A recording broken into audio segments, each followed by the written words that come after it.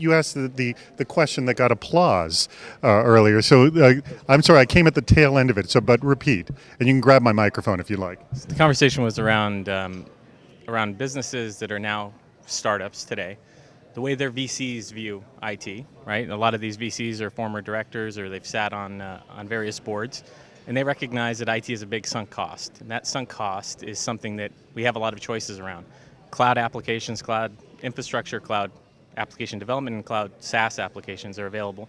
A lot of these companies are being given the opportunity, I wouldn't even call it the opportunity, they're being forced to start IT tasks without an IT organization, meaning you have to use a SaaS, you have to use an infrastructure as a service, you have to use these services. So it gives them the ability to come time to market a lot quicker.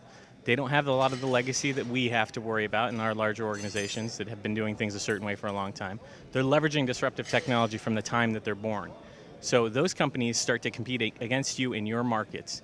And if you're a company that's very embedded in process, very embedded in headcount, and you can't quickly jump this chasm, right, then you may find them more competitive than you are in your market space with a lower cost model and with value acceleration going much faster than you are. And so you have to figure out how you as a company can transform in that arena. And we talked early on about companies that start that are really large, these Fortune 50s that are now gone, right? So I mentioned earlier, I used to work for Countrywide and I used to work for Nortel, both companies that you no longer see out there, right? And some of them had amazing intellectual property, amazing technologies, and never figured out how to bring it to bear, how to stay relevant in a modernizing world. And so that's one of the challenges that we have is not only do we as IT organizations have to transform, but the businesses have to figure out how they leverage the technology rapidly enough, consume it rapidly enough to stay relevant against the competing space. One of the things that I see in San Francisco is all these sort of young startup companies are going fully, web-based, and that they will not take any, non-SaaS model application. And you look at somebody like Microsoft, who's slowly but surely getting into that space, but it's still a massive hurdle. I mean, still none of these startups will go with sort of a full-blown Microsoft solution. I don't know any startup that goes with the full Microsoft solution. They, pick one of these Web 2.0 tools to do online documents or project management or whatever. Yeah. Well, so I'm actually fairly pro-Microsoft in this area, and never would have thought I'd catch myself saying that, but Microsoft Azure is one of those areas where I feel like they've been very progressive and they're very innovative. Office 365 is, I think when we all think about apps in the cloud. By the way, choose this hand to gesture. Okay.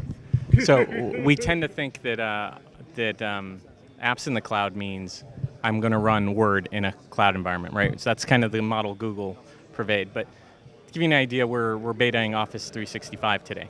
And the concept and let's just roll in consumerized IT for a minute. So let's say I bring an employee on tomorrow, and I want that employee to be fully productive in a matter of hours. I can tell them, go to Best Buy, buy this PC, it's on our approved list. They grab the PC, I give them a URL because I created an Active Directory account for them. I've federated with the Office 365 environment. I give them this URL, they click on the URL. The URL gives them a full implementation of Office Professional Plus, right? Not runs in the cloud, but a full one. They download 800 megs of it, right? They install it on their PC. It gives them links, so instant messaging right on with Active Directory. They can see the entire global address list. They're on the email system there. They're fully functional and operational in the span of maybe the hour or two that it takes to download and install the software, and they're fully integrated into our company, right? That's a transformative technology. That's something that changes the paradigm of IT being really slow to get you a laptop, get you an account, get you on the system, and get you familiar with the organization. You could be up in a video conference in literally a matter of hours from the time that you're onboarded, and you could be sitting in a state that we've never had an employee or an office in before.